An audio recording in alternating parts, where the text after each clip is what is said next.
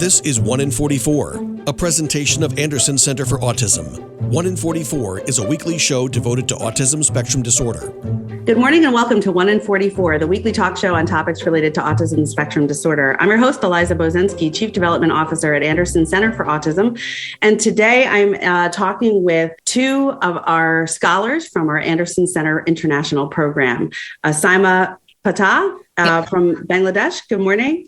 Good morning. And Jordan Odongpiny from Uganda. And I hope I got that right, but I may not have. Good morning. Right. Great. So I have had the opportunity to talk a few times with some of our scholars, some scholars, you're not my scholar, but some scholars from the Anderson Center International Program. And I find that our conversations are really unique and different. And mostly that's because this is an opportunity for our listeners to hear directly from you about kind of the whole story. What got you interested in learning more about working with people with autism, how you learned of the Anderson Center International Program, why you made that decision, which seems like a pretty big decision to come up our distance to learn with us, and then how it's going. And then hopefully towards the end, we'll talk about some of your plans for the future, because I know that is a core reason why we're so proud to run ACI is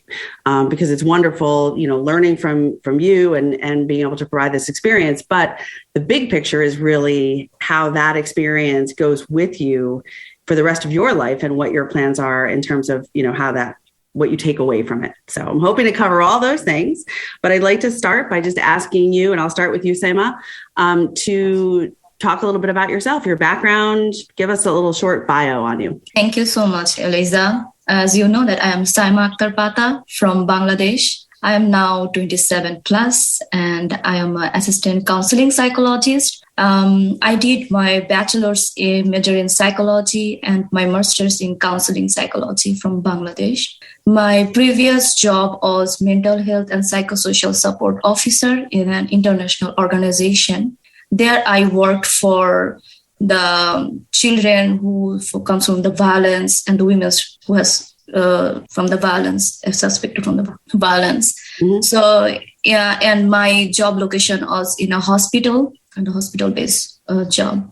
And there I found some cases with autism, and I got opportunity to work with them too. So this is my little bio. That's great. So when you said that you were in this location working with this international organization, and were the people that you that were on the autism spectrum that have autism that you met there, were those adults or children? They are both adult and children. Oh, okay. Yes.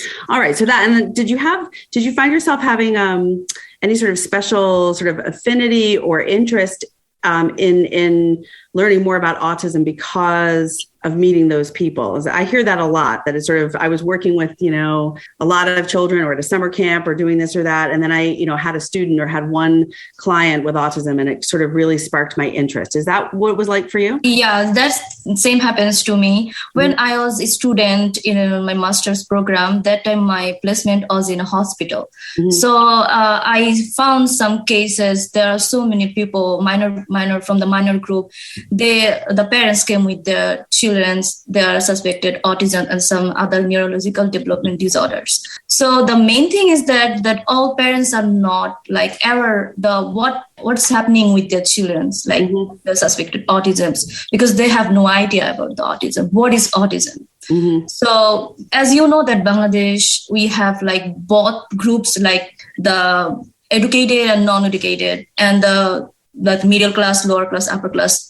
We have all together. But for the parents who are not non-educated or the middle class people or the village side people, basically they are lack of information about the update knowledge about the autism, the developmental disorder, how to treat with the children, how to get independent the kids. So that things give me so touch. And some of the cases I work under supervision some doctors, and when they treat and when they try to give the psychoeducation to the parents. The parents explained that, we don't have any idea about the autism. We think that this is a curse, some prejudice, and maybe I did something wrong in my previous. That's why I'm getting these kinds of having these kinds of children. So it's a curse. I did something wrong. So God gave me some punishment. So then we psychoeducated with a student who worked as an intern there. We psychoeducated the parents that this is not a curse. This is a special children. You have a special kids from the God. You can see that none of us not like that, but they have something, God gives something special to your home. So you have to treat something special with your kids. So it's not possible for me to psychoeducate every people, right? Right. So that then after 2019, in the end of 2019, I found the link of Anderson Center for Autism, which comes to my department from my professor. So then I got interested. Okay, I want to go there because you know that some international school, if I have some education from international school, the people will be like more acceptable. Oh, this is the renowned organization. Someone come from here and give us the knowledge. So that will be more acceptable than the others, right? So that's why I think, okay, if I got the chance to get admitted as a fellow there, I will definitely to join there. Then the pandemic started. So after 2 years waiting, I got chance finally. All thanks to the Almighty and my family. Then I got chance to be here. This is my 12th month running here. Almost finished. Yeah. So these stories touched me to work with the autism and their parents. So my background was counseling psychology. I also worked with the adults as a psychotherapist. So I also know about the parents' mental health condition. Yeah.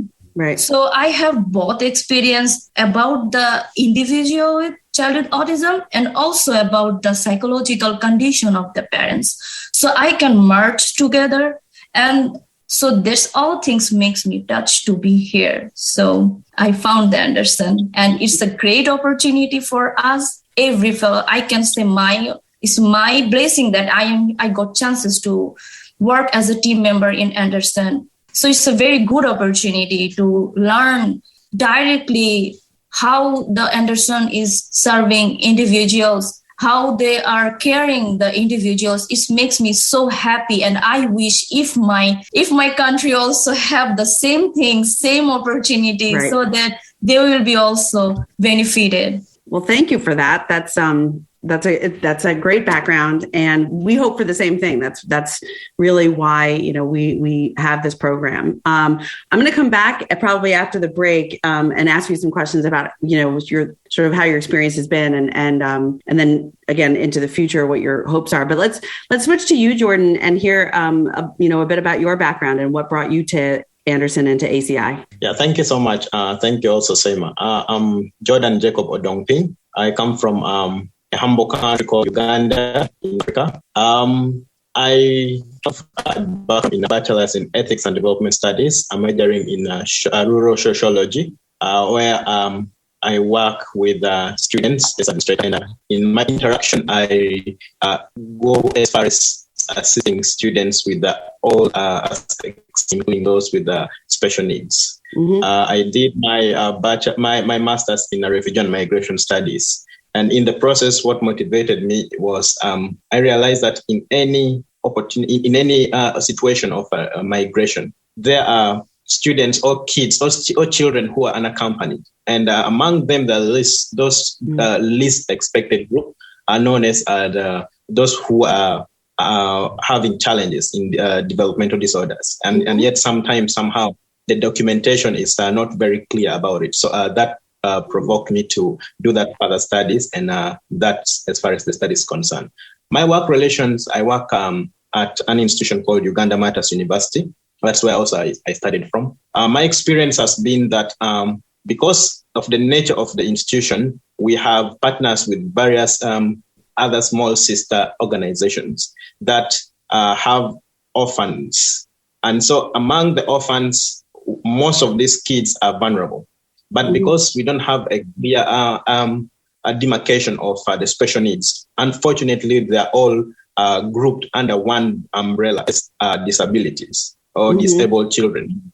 And yet we have specific kids who have manifested and can actually manifested characteristics of ASD, autism spectrum disorder. And I realized that in my interaction with them, they don't receive a proper assistance or support because it's a blanket kind of assistance given to all kids in that facility and in the neighboring places. So this provoked me to actually share it with my supervisors and have the ideas of what if we take interest and have something specifically addressed to support students with autism. My institution ran a program for Bachelor of Inclusive Deaf Education. So trying to figure out how do we blend in and we specifically handle issues to do with autism, because it also falls part and partial under that program. So I was given the green light that if you can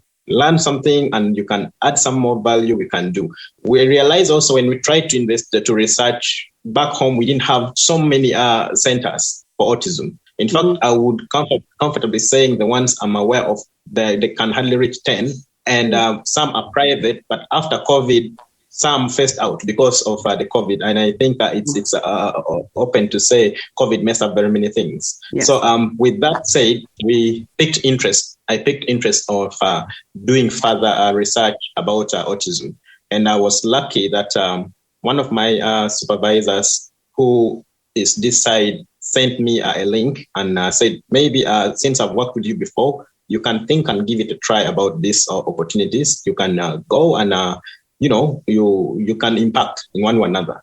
Mm-hmm. And as I speak, I would say I've barely made, I'm actually making 6 months here. And already there's some bit of effect I would feel I'm giving, because I'm playing a very key role in terms of consultancy. I would send information back home, how the progress, how to address and this. So actually, I would feel like this was a very good opportunity that has made me to learn something and also share something as far as autism is concerned. It's also important to let you know that sometimes, because of the generalization, as my sister has said, there's a tendency of associating this autism with more of a myth kind of thing, and it's associated with, witchcraft, bad luck. Right. If you have children who are having autism, it's like the parents, the family is cursed. So there's a lot of self-esteem issue here, and at the end of the day, it affects the society and general public. Yeah, I thank you, Jordan. Great background, and I'm kind of glad that both of you're at two different spots in your time with us. So Sayma's almost done, and you're sort of Jordan about halfway through. But I hear that a lot. The other scholars that I've spoken with over the years often share that there's sort of this, in a lot of different countries, there's a sense of, or the need, I guess, that I hear from a lot of folks is kind of a combination of working with the individual person on the spectrum and also working with the entire community, family members, caregivers around, the stigma and I think you called it the psychoeducation around that. And I so appreciate that both of you were talking about the need to do it all and the desire to do it all. And I'm hopeful that what you're experiencing at Anderson is helping you feel like you're going to go back with a strong sense of some new ideas, some new ways to address both of those sort of sides of the equation.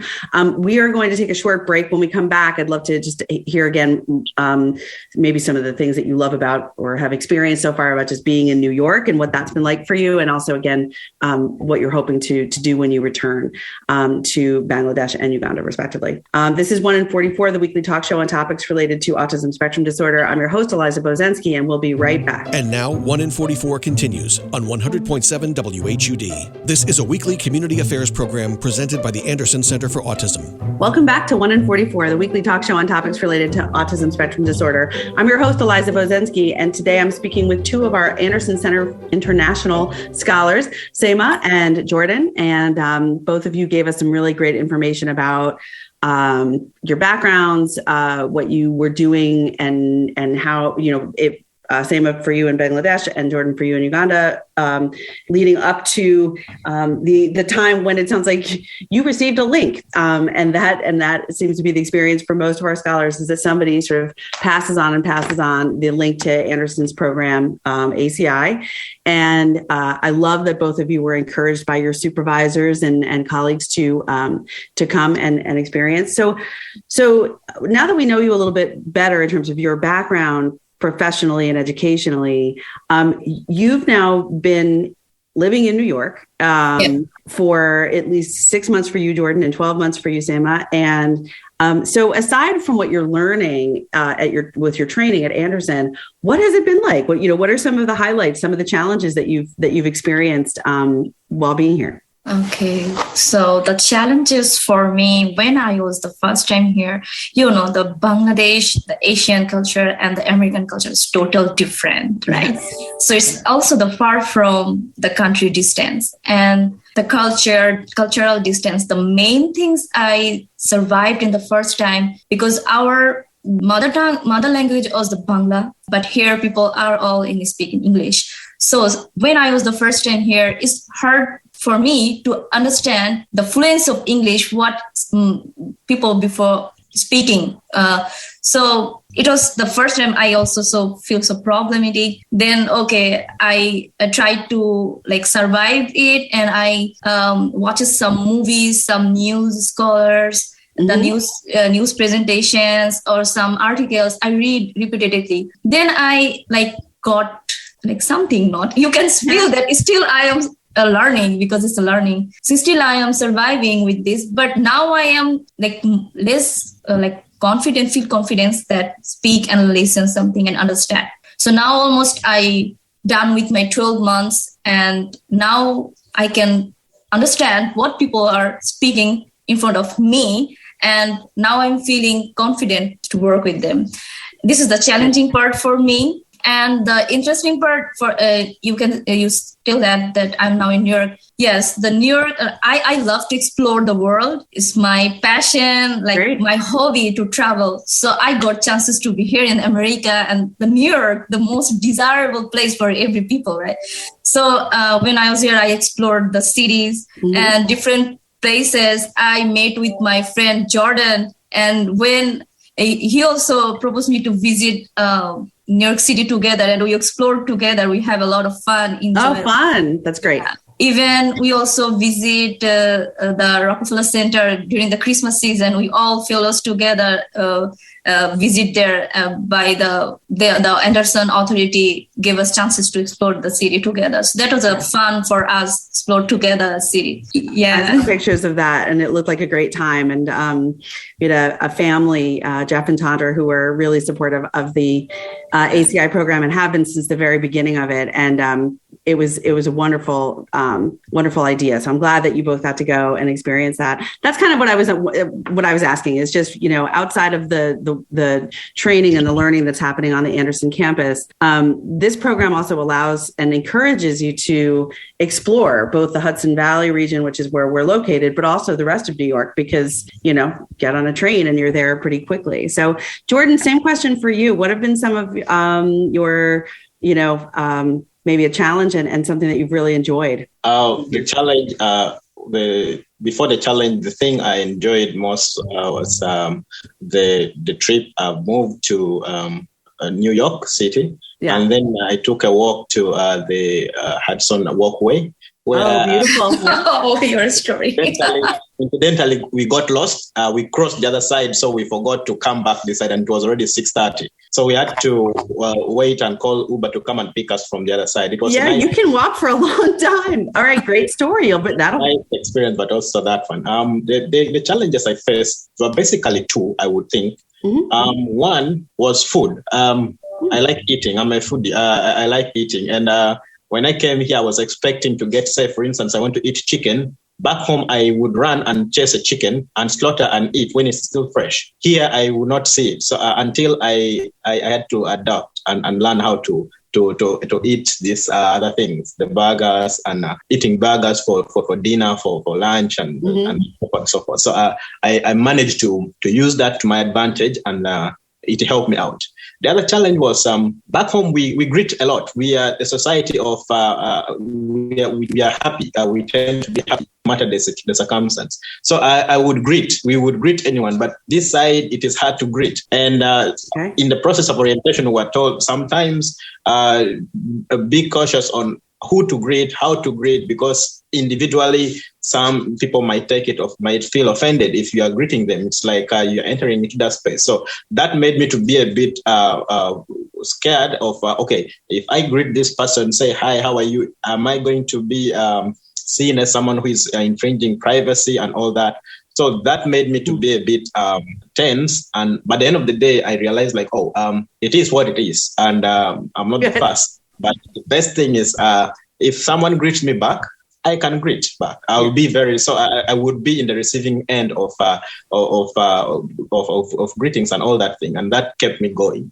The beauty environment, I came at a time when we were entering and now in winter. So it's all a blended combination of a nice thing that has happened. Yeah, and snow today. We went to the New York, and I'm happy that the board of trustees invited us and hosted a very nice Christmas event for us, and it made us really feel comfortable and loved, and it was a very nice experience. And also to the staff who are coordinating all this, they really did a very good, very wonderful job to make sure that the program runs regardless of the challenges. That's great.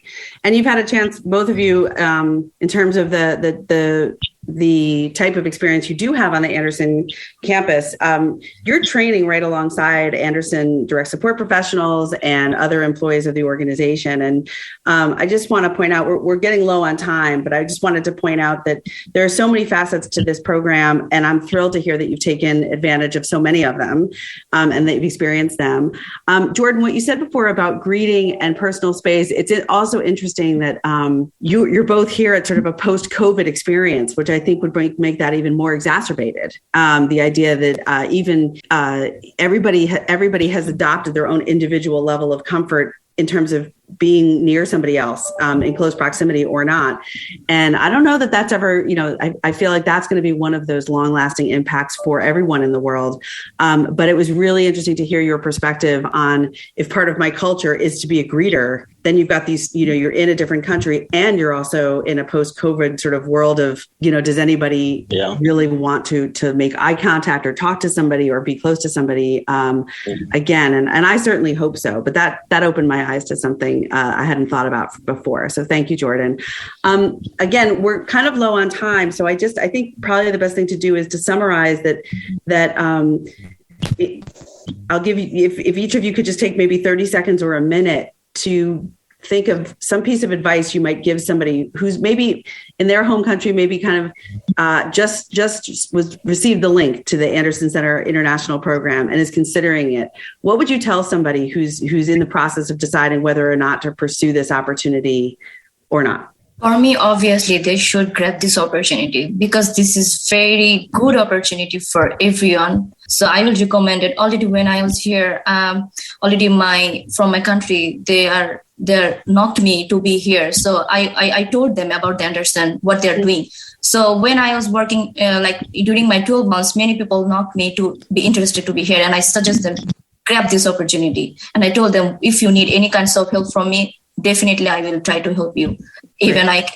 So that my suggestion for my country people. Even one more thing, because we are number of now alumni, so we can also work together. I believe in unity, so I can knock Jordan when Jordan will be done and work in his country. Then I can knock Jordan. Then Jordan, I want to visit your country. How you working? Mm-hmm. So I can work my other fellow mates who are in Zimbabwe, Philippines, Bhutan, India. I can knock them. I want to visit your country, how you are working, so that I can get ideas from them and they can get ideas from me, how I'm working. Even now, the Anderson Center International, the directors, they also told us that they are directly they will gonna help us if we need us to help them. We're working on, and we're very interested in ways that we can stay connected and help scholars and fellows from the program stay connected as well, so that the impact remains, it keeps growing and changing, as opposed to just being this one-time thing and then you never talk about it again. So, all right, we're down to like 30 seconds, Jordan. What would you tell somebody about, who's making that decision? I would like to encourage everyone that learning never stops. So it's not a bad thing to pick up that link, apply for it. If you qualify, also, if you want to come to do a serious thing, learning and be a better person to help the individuals, please go ahead and do the needful. And my experience with these kids are very smart, and there's nothing which is very interesting like having that bond with them and learning new things every time it's on. It's actually a blessing that you would get the chance to apply and be